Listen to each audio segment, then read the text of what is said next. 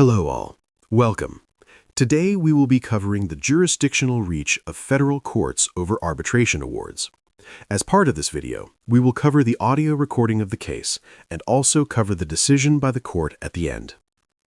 The dispute began when a former hotel employee filed a lawsuit in federal court against the luxury property group, alleging various claims of employment discrimination under both federal and state statutes. Because the employee had signed an agreement to arbitrate all disputes, the federal district court did not dismiss the case, but instead issued a stay, pausing the litigation while the parties resolved their issues before an arbitrator. After the arbitration concluded with a ruling in favor of the employer and the imposition of financial sanctions against the employee, the parties returned to the federal court that had originally stayed the case. The core legal question is whether that original federal court retains the authority to confirm or throw out the arbitration award. The employee argues that once the case goes to arbitration, the federal court's initial hook for jurisdiction disappears, and any further action regarding the award must have its own independent basis for being in federal court. The employer contends that because the court stayed the case rather than dismissing it, it maintains a jurisdictional anchor that allows it to finish what it started. Following is the audio recording of the actual court hearing. Your argument next in case 2583, Jules versus Andre Balazs. Mr. Unikowski. Mr. Chief Justice, and may it please the Court. In Badgerow versus Walters, this Court held that federal courts lack jurisdiction over applications under Sections 9 and 10 of the Federal Arbitration Act unless an independent jurisdictional basis appears on the face of the application. In this case, the Court should hold that Badgerow's rule applies to all Section 9 and 10 applications, regardless of whether a pre-existing suit is on file. Nothing in the FAA distinguishes between those Section 9 and 10 applications that are associated with a pre-existing suit and those that are not. Moreover, Section 8 of the FAA contains explicit jurisdictional anchor language that Sections 9 and 10 lack. The Court should infer that this textual disparity is intentional, much as the Court relied on a similar inference in Badgerow. The Court should resolve this case based on the text of the FAA rather than based on Section 1367's related to standard. But if the Court reaches that issue, it should hold that there is no common nucleus of operative fact between the underlying suit and the Section 9 and 10 applications, which concern an arbitration award that did not exist at the time of the original federal suit. As Badgerow put it, the underlying dispute is not now at issue. In Kokkonen, this Court held that a settlement dispute is insufficiently related to the underlying dispute to warrant the exercise of ancillary jurisdiction, and the Court should rely on similar reasoning here in rejecting jurisdiction. I welcome the Court's questions. Was there a pending federal case in Badgerow? There was no pending federal case in Badgerow. So don't you think that's a difference? Well, that is indeed a factual distinction between this case and Badgerow. Okay, so your client brings the federal case, right? Yes. The court then enters a stay so that the arbitration can take place. That's correct. The arbitration then is decided, and the parties come back to that very same court to confirm the arbitral award. That's correct. Or decision.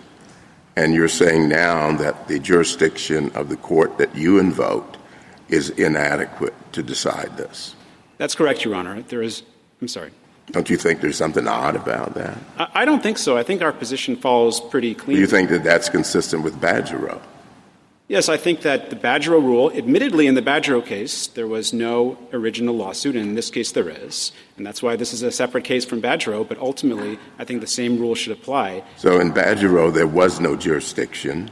So the court said that there's no independent jurisdiction. And here you have a pending case in which the district court stayed its suit, its action, pending the arbitration.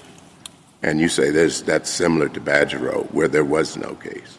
No, it's a different case, Your Honor, but I think the same rule should still apply, whether or not you start with the text of the FAA or whether you start with Section 1367, as respondents would advocate. So maybe it's helpful if I start with the latter point before turning to the What's text. The purpose of the stay?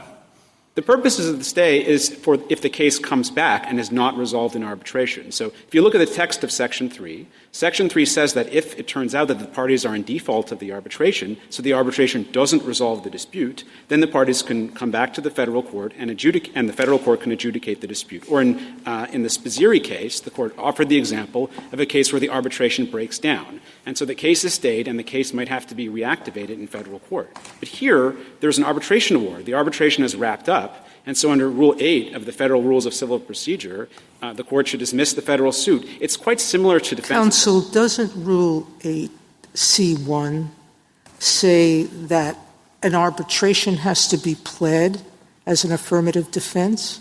Right. So why aren't we thinking of it that way? Meaning Rule 8 says in a litigation where an arbitration is sought, and that's what the federal action here was, it was a federal suit.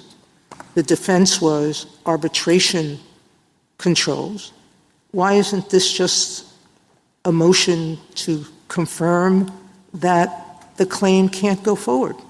So I think that dismissal would be appropriate, and because at the start of the lawsuit— No, but you're arguing something else. You're arguing that not dismissal is appropriate, but confirming the arbitration award so it is final and settles the matter is not. Because that's what you're arguing. We're arguing, Your Honor, that the court doesn't have jurisdiction to confirm the award as opposed to dismiss the federal case, because confirming the award is— But how can you dismiss it if you don't know if the arbitration award will be sustained, confirmed? Well, the vast majority of arbitration awards are never subject to confirm or vacate proceedings. Well, but the point still remains, how does a court know that it's a defense to the action until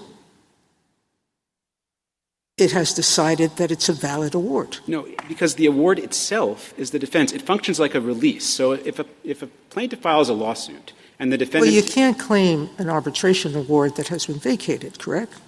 That's correct. So what a court could do— so a court might not know if the arbitration award is going to be later subject to confirm or vacate proceedings in state court. That could take several years. And so what a court would ordinarily do is dismiss the case. Theoretically, if the award is vacated, they would typically re-arbitrate it. They wouldn't necessarily go back to the federal district court. I'm sorry, Your Honor. No. Counsel, I'm having trouble understanding your lawsuit because I thought Spizzeri answered it already.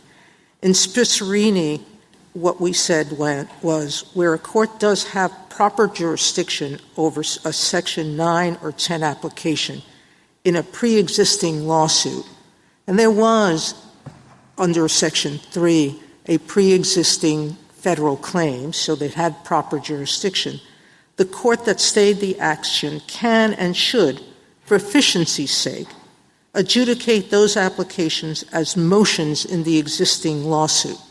So this is a motion in an existing lawsuit. That's what Section 9 and 10 are, over a claim that had jurisdiction, age discrimination. Why isn't this just a motion to confirm that? Well, Your Honor, so in Badgerow, the court addressed the language in Section 6 about motions that Your Honor just referred to. The court said that it's not a motion. It says that the court's going to treat the application as a motion for efficiency's sake. So I don't think that the language in Section 6 carries the day. But what Badgerow also said, it said something like jurisdiction to decide a case includes jurisdiction to decide a motion in a case. And isn't that what we have here? And Badgerow distinguished that from using the look-through method. It's just saying if you have jurisdiction over a case, you have jurisdiction over the motions in the case. That seems pretty, just a truism. And isn't that what's involved here? I don't think so, because the court has jurisdictions to decide motions, just not necessarily every single motion that would result in the court entering a judgment that exceeds its jurisdiction. Because the judgment that respondents are asking the court to enter is not merely a judgment of dismissal, which of course the court can do. It's essentially transforming the arbitration award into a judgment which would allow respondents to enlist the court to execute the judgment against Well, so petitioner's explain assets. that. What category of motions should not be included in the statement of if you have jurisdiction over a case, you have jurisdiction over the motions in a case? What category of motions is excluded from that? motions that would cause the court to enter a judgment that the court doesn't have jurisdiction to enter. Because in this case, the court undoubtedly had jurisdiction to dismiss petitioner's suit based on the fact that an arbitration award existed. What the court didn't have jurisdiction to do is enter an award in what was essentially a breach of contract suit that was beyond the court's jurisdiction. So absolutely the court could have dismissed the claim, but we think there's a difference between dismissal of a claim and transforming what is fundamentally a contract dispute into a judgment when the court lacks jurisdiction over that case. But that's begging the question, I think, because isn't the purpose of Section 9 to give the court the ability to do that, to say that that's exactly what is supposed to happen? I mean, I've been a little confused by some of the representations that you made. You suggested that the vast number of arbitrations are not subject to, quote-unquote, confirm and vacate proceedings. And I guess to the extent that you're suggesting that it won't be a dispute about whether or not the award is to be confirmed, that's true. But in most cases, when you have an arbitration, isn't there a circumstance in which some court, whether the federal court or the state court, is asked to convert the award into a judgment so that it can ultimately be enforced? No, that's actually quite rare, Your Honor. The vast majority of arbitration awards do not result in subsequent judicial proceedings because it's so hard to vacate an arbitration award that in almost every case the parties adhere to the award. Usually when the defendant wins the arbitration, usually the defendant doesn't come to court to confirm because the arbitration award itself generally has res judicata. All right, but in a situation, this goes back to Justice Thomas's initial question, in which we already have a pre-existing lawsuit related to these parties, related to an underlying dispute that then gets resolved by arbitration, it seems peculiar, I think, that you would suggest that Congress set these rules up to insist that another court be involved in confirming that award so as to close out the initial case.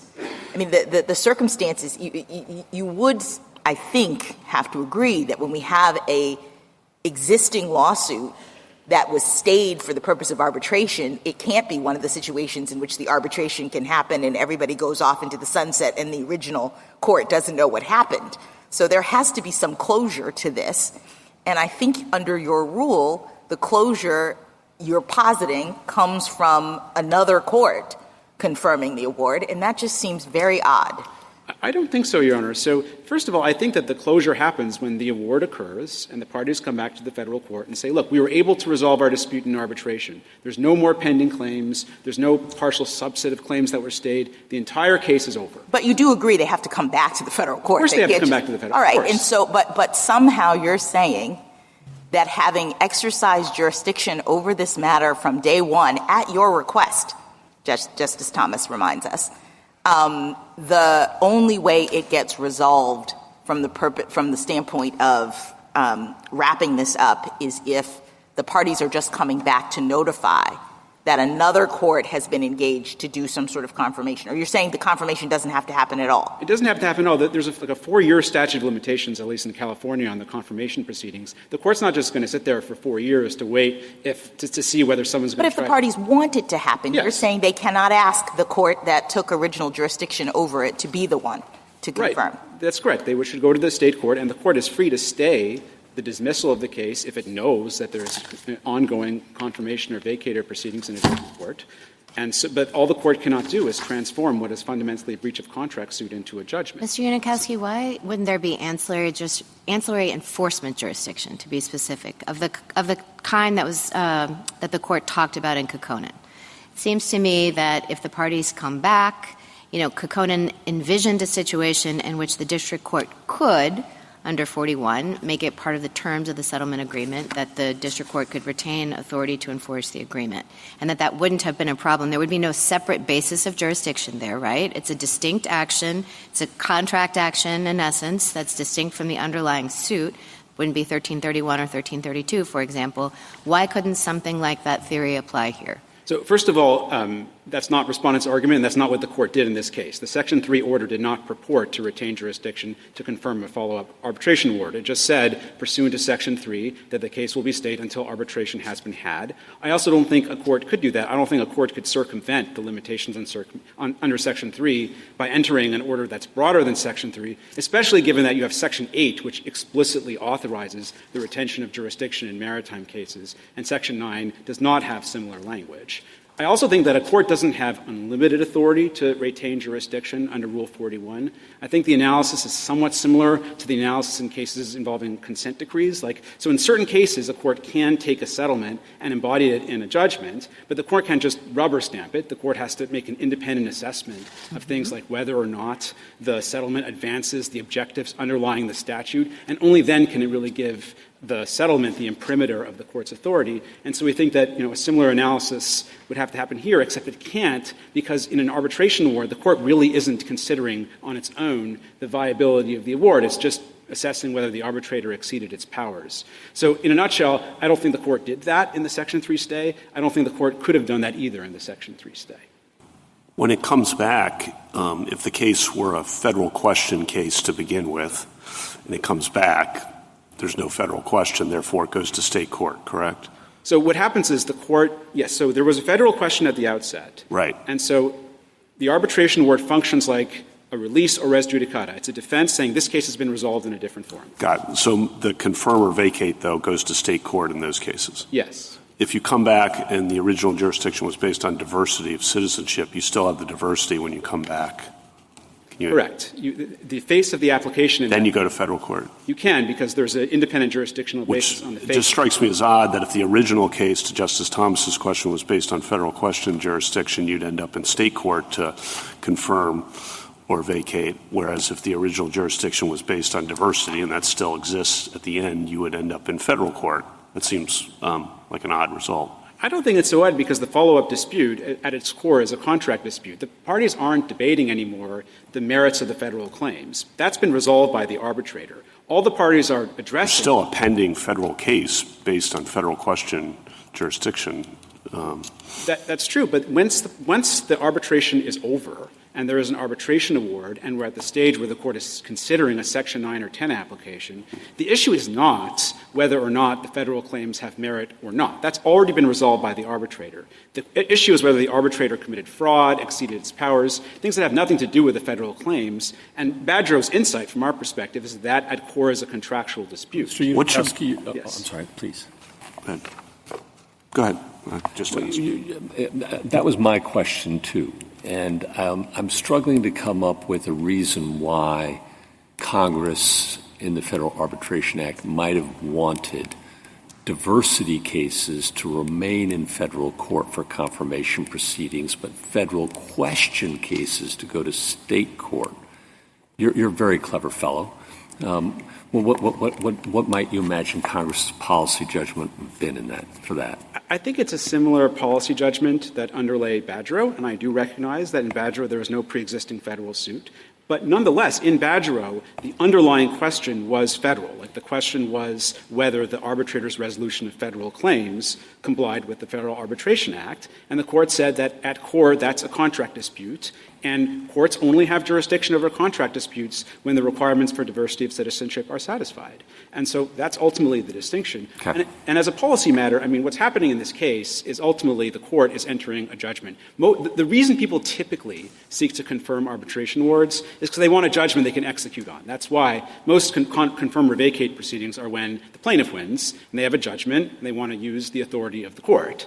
And so, state courts are very good at entering judgments and enforcing them. That's why Congress made a different decision in Section 8 cases where the court seizes a ship, because in that case it makes perfect sense for the federal court to enter a judgment because it's already has possession of the ship. So I think that's a sensible reason Congress would have said that we want the federal court to enter the judgment. Thank you. I think Justice Kavanaugh had more. I'm sorry.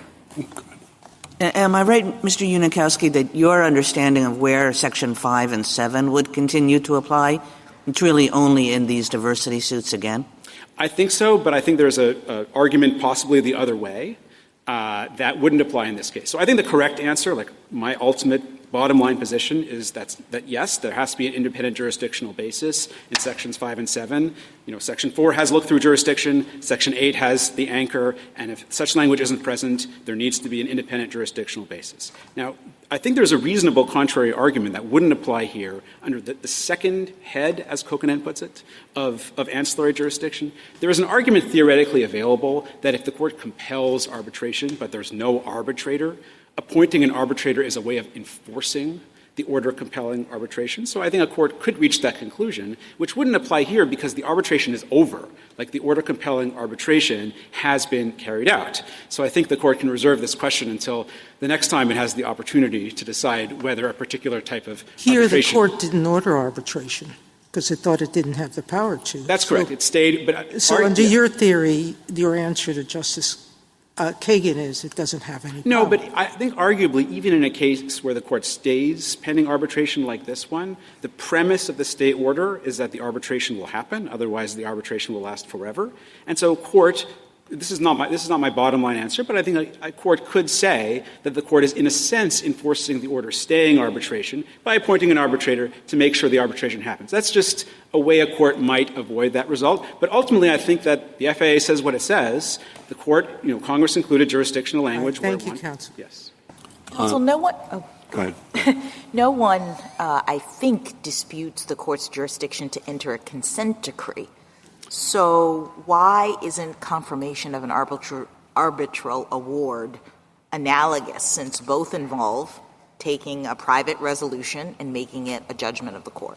Because consent decrees require a degree of judicial involvement that doesn't exist when the court confirms an arbitration award. There's a rich body of law from this court about when a court can enter a consent decree, and the court has made clear that the court has to undertake an independent assessment of considerations such as whether or not the terms of the consent decree advance the objectives underlying the law at issue in the complaint, and whether there's a sufficient nexus between the terms of the decree and the complaint. Obviously, there's a lot of discretion to the parties, but still, precisely because it's a judgment of the court has to undertake an independent assessment of the terms. That doesn't really happen under the FAA. But is that just because it has been — those kinds of assessments have been given to the arbitrator and sometimes even at the court's direction?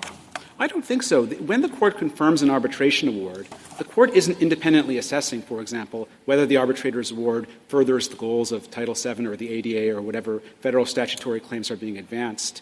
The court isn't sort of taking a second look at the merits. All the court is doing is assessing whether the arbitrator exceeded its authority under the arbitration agreement and engaged in certain specified types of misconduct. So I think that the degree of judicial involvement on Section 9 and 10 is much less than what this Court has said is necessary to justify the Court transforming a pure settlement into a consent decree. So that's why I don't think that analogy carries over. The Second Circuit and the District Court both thought that our statement in Cortez-Byrd kind of made this simple, because there we said, we have, however, previously held that the court with the power to stay the action under Section 3 has the further power to confirm any ensuing arbitration award, end quote. So I know you're going to say that was out of context, but that statement on its own would resolve this, wouldn't it?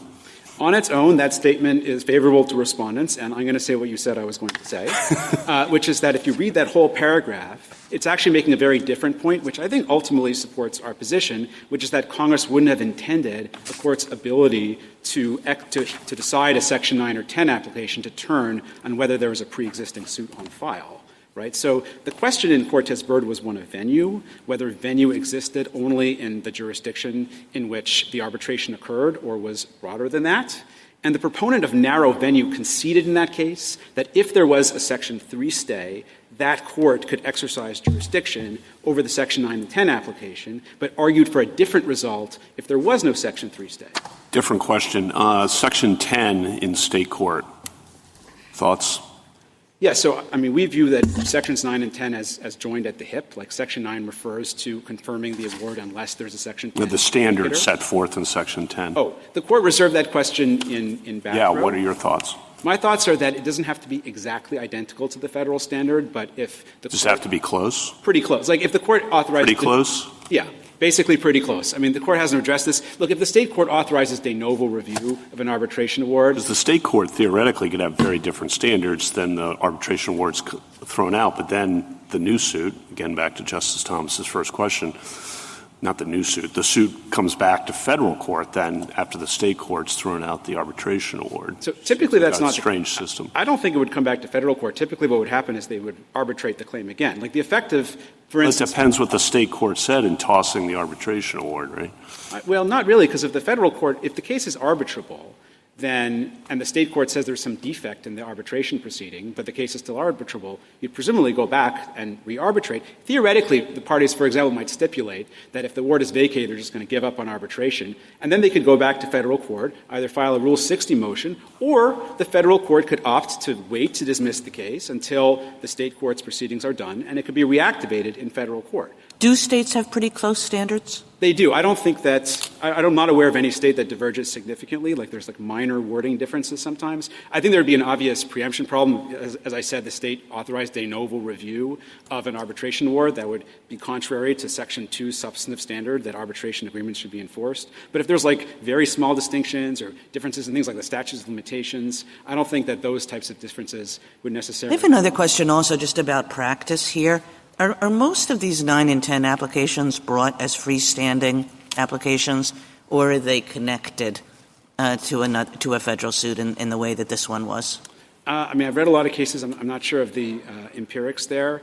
I think they're mostly brought independently because usually there's not that much dispute over whether parties have to arbitrate, but I've seen on both sides. I don't know a specific number. And is there a way in which your theory or Mr. Geiser's theory would push the practice in one direction or another in a way that either made sense or didn't make sense? So, yes, I appreciate the opportunity to say that. So one of the concerns about respondents' position is that it'll create an incentive in every case to file a freestanding motion to compel arbitration or do something else to get to federal court if you want to have that anchor. And this court remarked on this in both Vaden and as well as Justice Breyer's dissent in Vadro.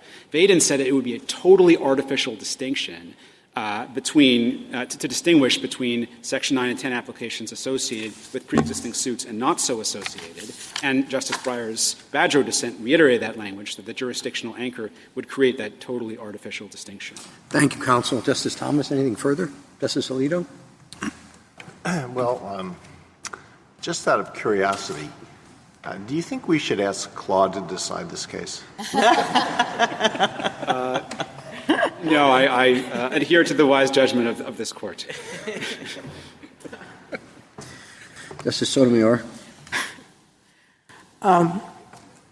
You're suggesting to me that people who have stays in place typically don't move that court for motions to confirm the award, that they usually go to somewhere else for that?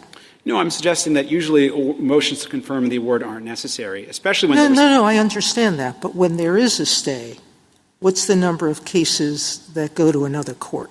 Well, there's a circuit conflict on this issue, and it's true that most of the courts have gone with respondents' position, but most of those opinions are sort of not very, there's not a lot of reason. It doesn't matter, but the vast majority, I'm not aware of a Section 3 stay case where the other side has gone to a different court to confirm the award. Well, I mean, there's a circuit conflict on this issue, and so where they're not permitted, that's what drew us to take this case. Where they're not permitted to, they can't.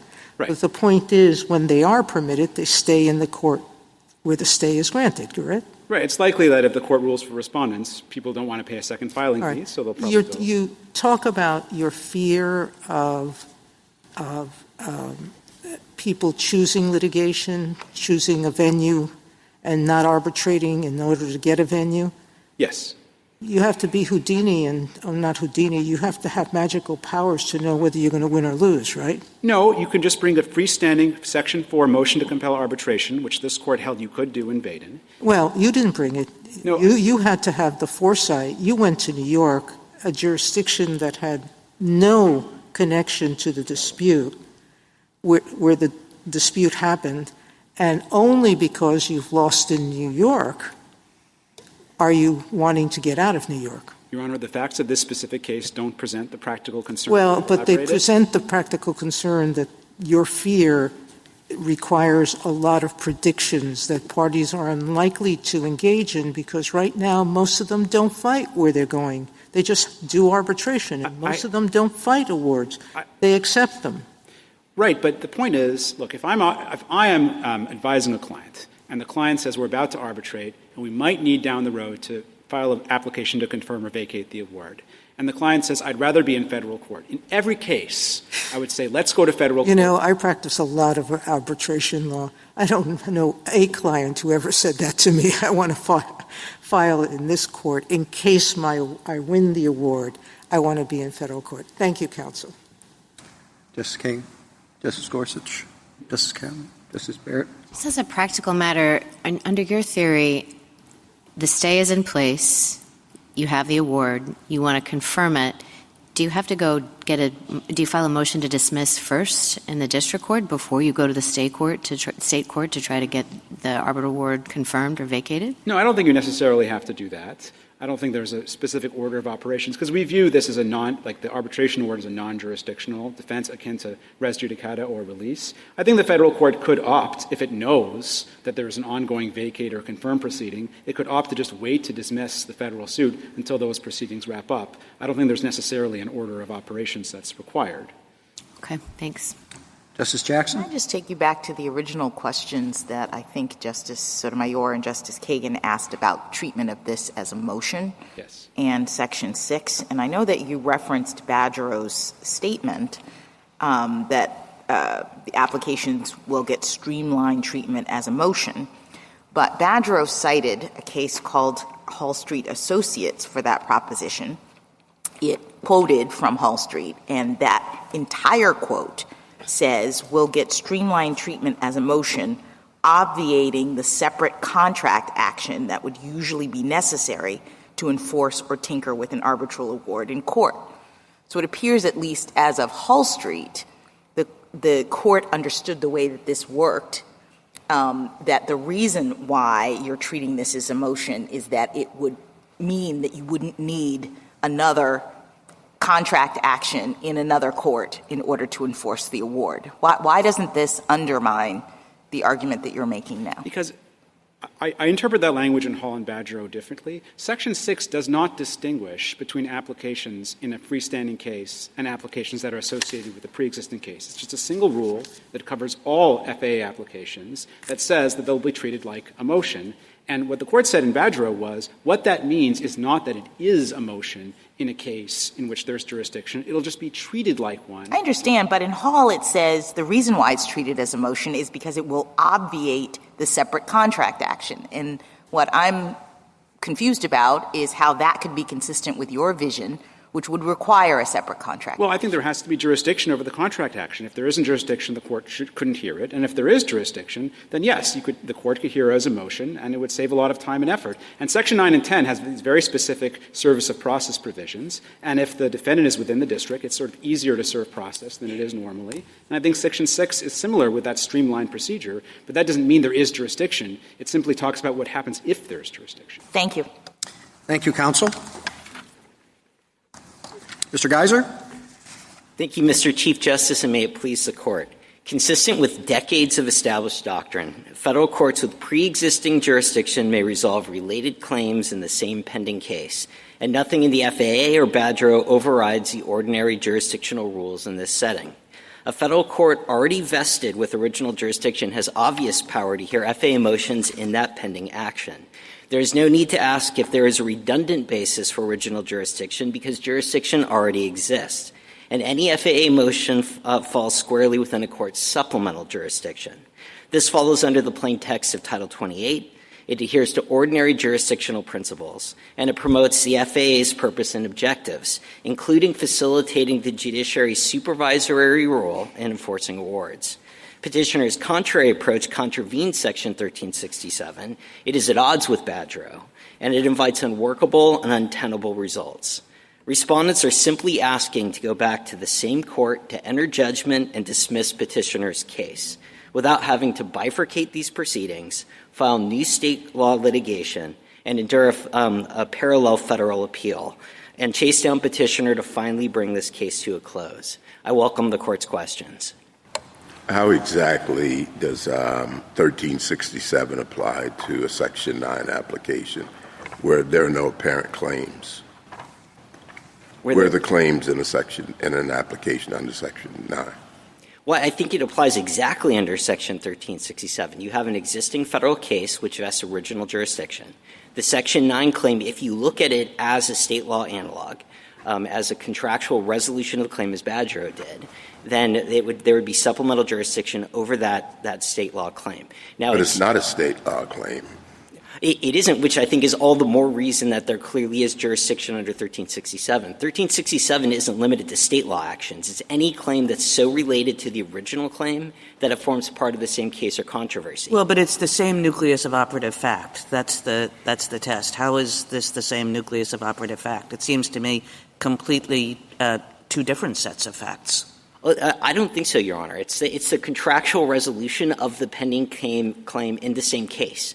Well, but Mr. Geiser, I mean, I think Mr. Unikowski said this, what the second case is going to be about is something like, did the arbitrator commit fraud? It's going to have nothing to do with the actual claims in the case. You're not allowed to relitigate those.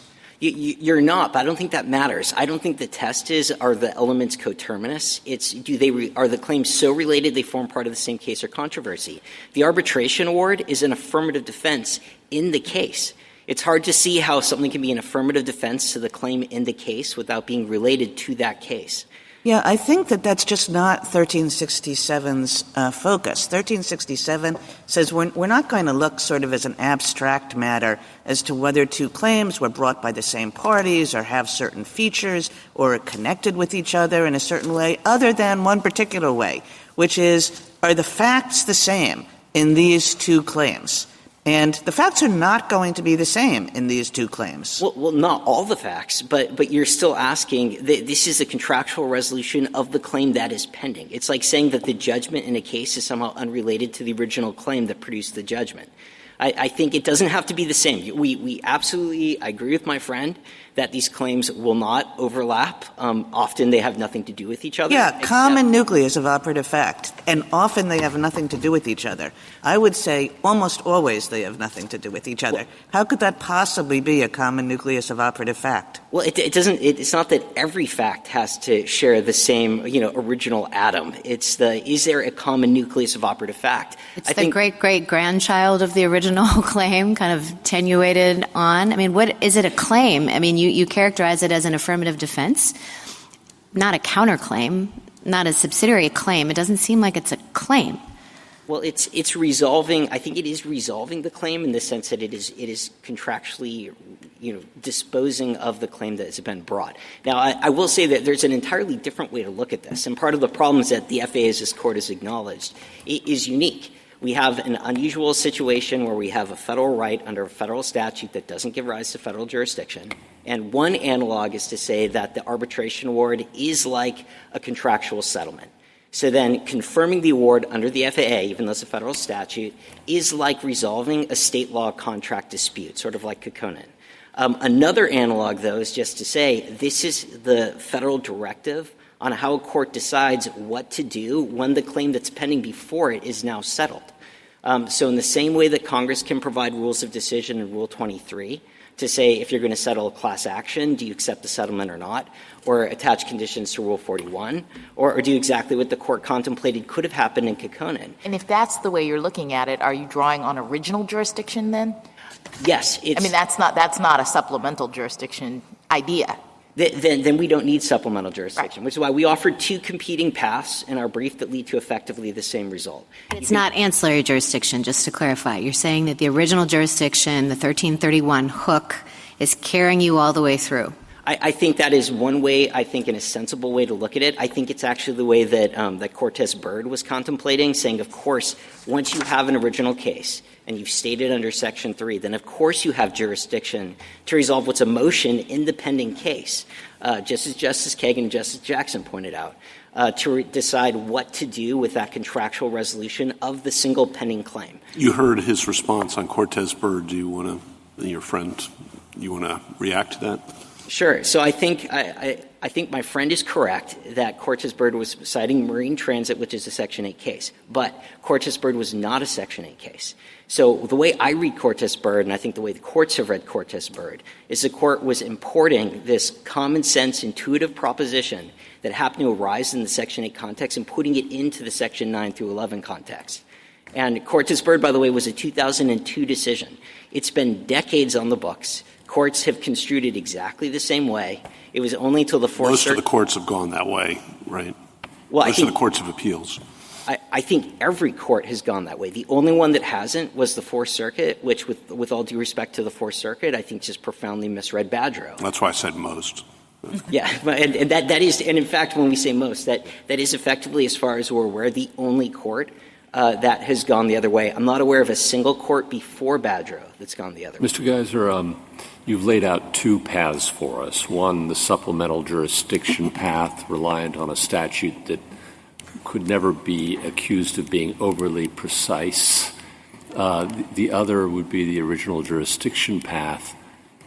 I know what your answer is going to be, and it's going to be they're both great, Your Honor.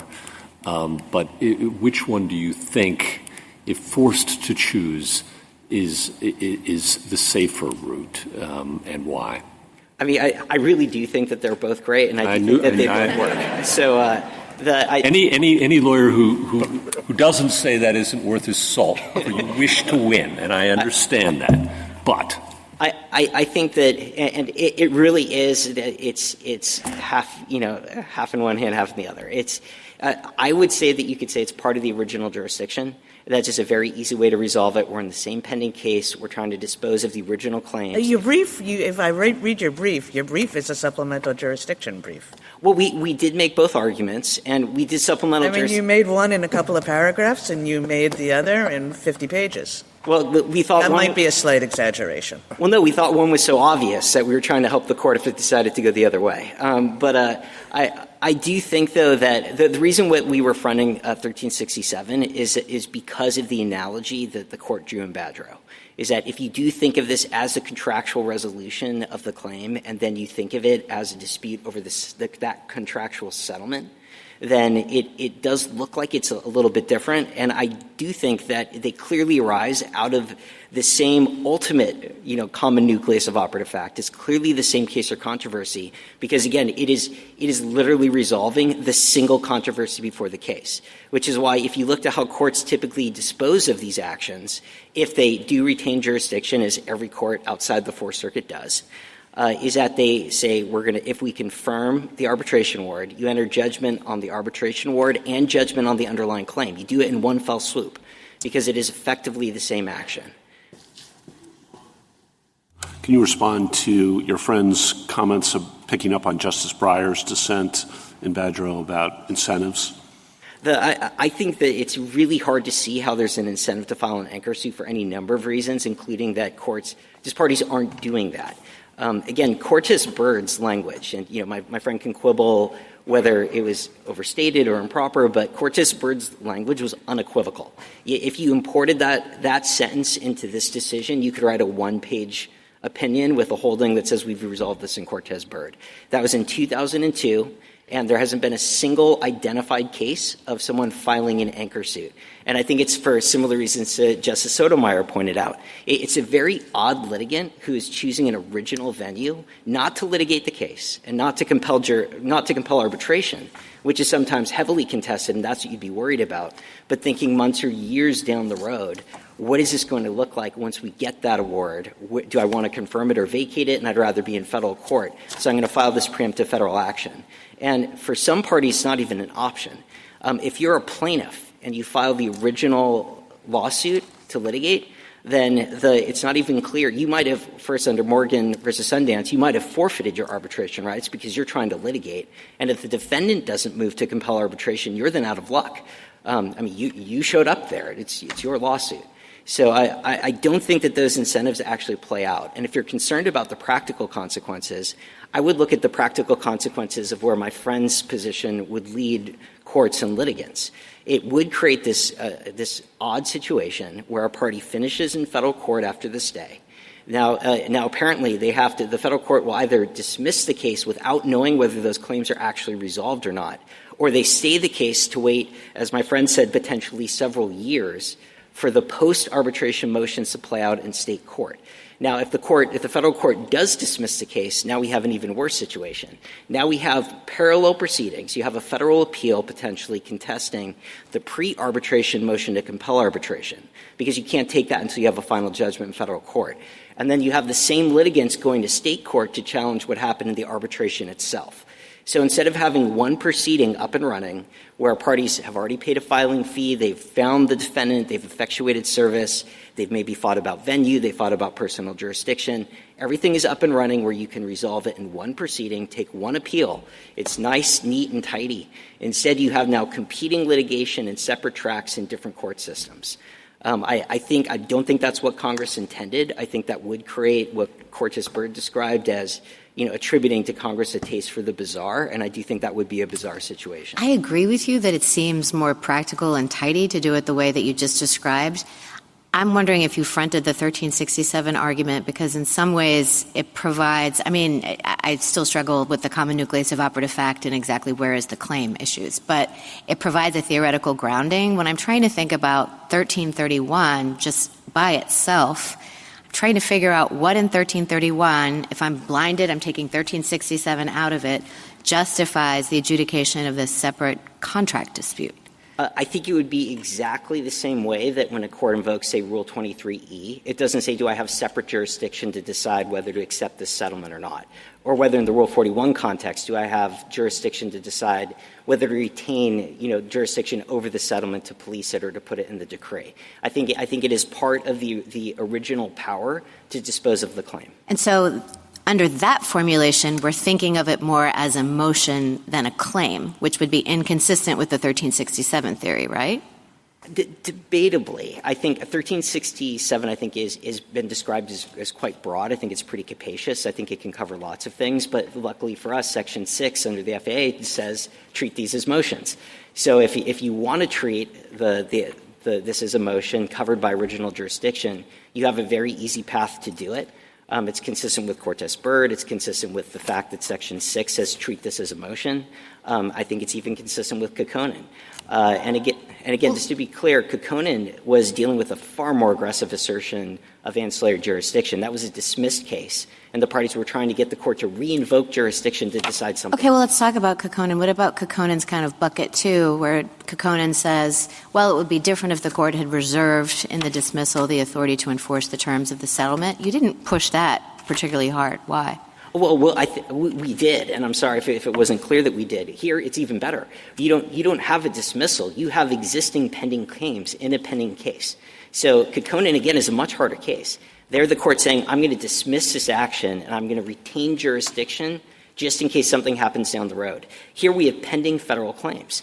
And you don't even know what to do with these claims. So I think with all due respect to my friend, I think he's incorrect. To dismiss the case without knowing whether the arbitration award will ultimately stand doesn't make any sense. If the award is ultimately vacated, the parties could very well say, you know what, that was a waste of time. Let's just litigate in court. So is ancillary jurisdiction of the sort, ancillary enforcement jurisdiction of the sort that Kekkonen talks about applicable here? Is that a coherent way to think about this? I think you could. Now, I do think that this raises a slight complexity about to the extent 1367 has displaced or captured ancillary jurisdiction, but I think the very fact that Kekkonen contemplated that a court could retain jurisdiction to decide those subsequent settlement disputes suggests that this would be covered then by 1367. Well, that's why I said enforcement jurisdiction. I think that's different because nobody really disputes that a court could exercise ancillary enforcement jurisdiction over, say, a contempt proceeding. So that would be different. It wouldn't be subsumed by 1367 in the same way. We think that works perfectly well, and I think it's a sensible way to look at this. I do want to address this very quickly, the Section 8 argument about does the text of Section 8 somehow preclude jurisdiction under 1331 or 1332 or 1367? And I think it quite clearly doesn't. Section 8 is a maritime provision, and it starts off by saying notwithstanding anything else going on. So this is Congress's attempt to say we're creating a self-contained unit to deal specifically with admiralty, and we're going to provide specific rules for that context. In order for that to preclude the assertion of jurisdiction elsewhere, because, again, we're not relying on the FAA for jurisdiction, we're relying on Title 28, it would have to show that Congress in Section 8 was thinking, I'm going to foreclose jurisdiction for every non-maritime case, the overwhelming swath of cases that arise under the FAA, simply by creating a specific rule of decision for that narrow context.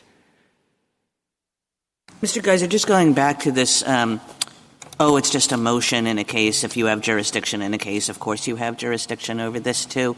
I mean, this is a very unusual kind of motion, right? It's a motion which could have been brought as a freestanding suit, which is essentially a freestanding suit, and a freestanding suit in which there would have been no jurisdiction. So, notwithstanding that there's this sort of like unusual posture in which it appears as like a motion in another suit, we all know that it's a different suit, and a different suit in which there is no jurisdiction. So why does that carry you home? Well, I think it's not quite just an entirely different suit because, again, it's a motion with a different nature of claim to resolve the original pending claim. So I do think, again, just like Rule 23E is not a different suit, the party settled class I think claim. what I mean of it as a different suit is it's a bunch of contract claims. Let's say it's about like the arbitrator committed fraud, and so the contract is invalid. That's what this suit is. That's what this motion is. Call it whatever you want. That's what this thing is. And that has nothing to do with the employment action that's kicked off this whole thing. Except for the fact that it is resolving the employment action that kicked off this whole thing. So, again, that's why I think it's really hard to say that resolving a claim is unrelated to the claim. Even if the reason you resolved it, maybe you settled because they offered you a lot of money, or they gave you something that you wanted. That has nothing to do with the underlying factual allegations. It's still resolving the claim. And I think that shows why it's part of the same case or controversy. I mean, it is literally resolving the case or controversy. And again, I think a contrary view on that would say that an affirmative defense to a claim in a case doesn't arise or relate to that same case, which it's hard to even articulate the concept because it just doesn't make much sense. But again, I think that's why we tried to offer two different paths in the brief, because depending on which way you look at it, we're dealing with this odd hybrid that the FAA has set up. Again, no one has ever applauded Congress for creating, the world's cleanest statute. It's 5 pages of the U.S. Code. I think this court is burdened with 2 or 3 cases a year, it seems, under the statute, going back I don't know how many years. But looking at it here, I think what Cortes Byrd acknowledged, 2 decades ago still holds. Of course, if you have jurisdiction to stay the case under Section 3, you have jurisdiction to process it at the end of the day. Thank you, counsel. Justice Thomas, anything further? Justice Alito? Justice Kagan? Justice Gordon? Justice Barrett, anything further? Justice Jackson? Thank you, counsel. Thank you. Rebuttal, Mr. Unikowski? Thank you, Your Honor. I'd like to first begin with the discussion of Section 1331, which didn't occupy much of the briefing, but did occupy much of the discussion this morning. I don't think that confirming the arbitration award can be justified under Section 1331, because that judgment is not the resolution of the original claim. The original claim was a federal employment claim, and the resolution of that claim is that the claim cannot proceed in federal court because the parties agreed to arbitrate that claim. So just as a court dismisses a claim based on res judicata or release when it turns out that the parties have adjudicated the case in a different forum, the appropriate resolution of the federal claim is to dismiss it because the federal court can't hear it when it's being decided elsewhere. But confirming the arbitration award is different. It's transforming the arbitration award into a judgment, and the practical difference there is that it allows respondents to execute a money judgment against petitioner. So what happened here is that the parties agreed to arbitrate, and then this arbitrator entered the sanctions award, which is a money judgment against petitioner, and then confirming the award transforms that contractual resolution of the claim into a federal judgment. And that's not a federal judgment. The money judgment against petitioner, which is the real practical effect of confirming this award, award is not resolution of the original claim. It's transforming the parties' agreement to adjudicate this in a contractual method into a federal judgment. That's why I think extra jurisdiction is needed. Section 1331 doesn't do the trick. And so then you get to Section 1367, and as some of the questions from the bench today made clear, there is no common nucleus of fact. I think Kokkonen is directly on point on this issue. I understand in Kokkonen there was a dismissal rather than a stay, but as to the first head, as Kokkonen called it, of ancillary jurisdiction, the court said it, quote, permits, quote, disposition by a single court of claims that are in varying respects and degrees factually interdependent, which is very similar to the 1367 analysis. And then the court held that the facts underlying respondent's dismissed claim for breach of agency agreement and those underlying its claim for breach of settlement agreement have nothing to do with each other. It would neither be necessary nor even particularly efficient that they be adjudicated together. And that reasoning is right on point here because at core, the arbitration award is similar to a breach of settlement agreement claim. It's a contractual way of resolving a dispute. And the core insight from Kokkonen is parties that agree to resolve a dispute via contract who later dispute that contractual resolution are adjudicating a different dispute from the underlying federal dispute.